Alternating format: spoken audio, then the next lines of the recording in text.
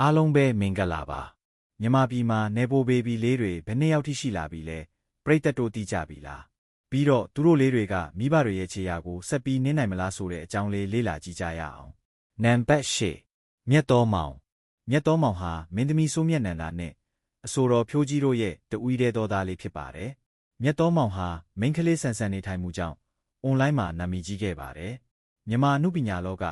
အတိုင်းပိုင်းမှာဆင်းသက်လာတဲ့ပထမဆုံးလိန်တူကြိုက်နေတဲ့တဲ့ကလို့ပြောလို့ရပါတယ်။သူ့ရဲ့မိဘတွေလိုအမှုပညာဘက်ဆက်သွားမလားဆိုတာတော့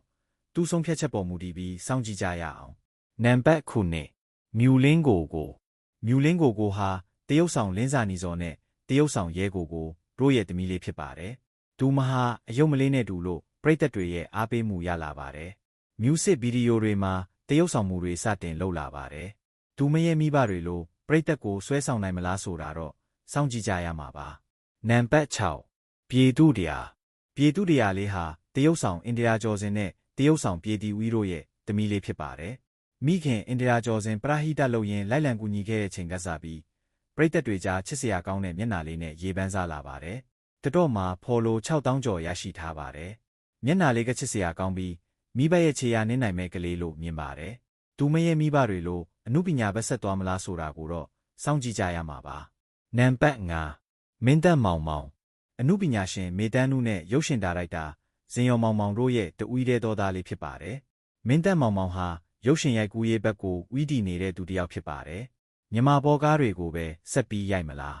လူငယ်ပြီးတခြားနိုင်ငံတွေနဲ့ရွှေ့ရိုက်နိုင်မလားဆိုတာစောင့်ကြည့်ကြရအောင်နံပါတ်4စံထက်ထားဝီတရုတ်ဆောင်ခိုင်တင်းကြီးနဲ့ဝီခန့်နိုင်တို့ရဲ့တဦးတည်းသောသမီးလေးဖြစ်ပါတယ်တချင်းဆိုတာပတနာပါသူလေးဖြစ်ပါတယ်။ Instagram မှာ follow 3000ကျော်ပရိသတ်ရရှိထားသူလေးဖြစ်ပါတယ်။သူမရဲ့မိခင်ခြေရာနင်းဖို့တော့တော်တော်လေးစူးစမ်းရအောင်ပါပါ။ခုထိတော့မမိနိုင်သေးဘူးလို့မြင်ပါတယ်။သူမရဲ့မိခင်လိုအမှုပညာဘက်ဆက်သွားမလားဆိုတာစောင့်ကြည့်ကြရအောင်။နံပါတ်3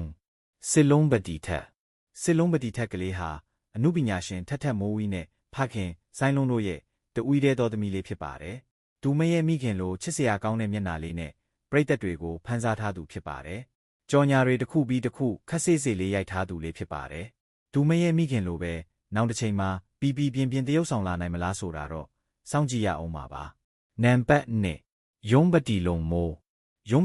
ဟာအမှုပညာရှင်လုံမိုးနဲ့မိခင်မေသူတို့ရဲ့သမီးဝီလေးဖြစ်ပါတယ်။ချစ်စရာကောင်းတဲ့ရုပ်ရည်လေးအပြင်ကောင်းမွန်တဲ့တရုပ်ဆောင်မှုလေးတွေကြောင့်ပရိသတ်တွေရဲ့အသေးနှလုံးကိုဖန်ဆားထားတဲ့သူပါစိတ်မကောင်းစွာငယ်ရွယ်နဲ့အိမ်ထောင်ပြုလိုက်တဲ့အတွက်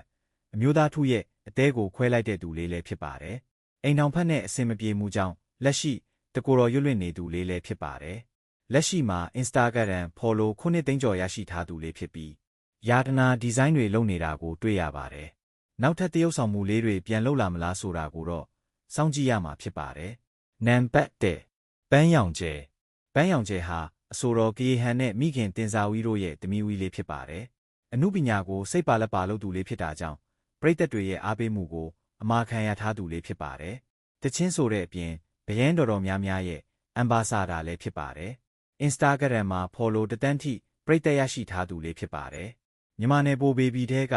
အောင်မြင်မှုရရှိထားသူစီရင်မှာထိတ်ဆုံးမဦးဆောင်နေသူလို့ပြောလို့ရပါတယ်။ဒီနယ်ပိုဘေဘီလေးတွေကမိဘတွေရဲ့အမှုပညာကိုကြော်တက်နိုင်မလားဆိုတာကိုတော့စောင့်ကြည့်ကြရအောင်ပါအားလုံးကိုကျေးဇူးတင်ပါတယ်။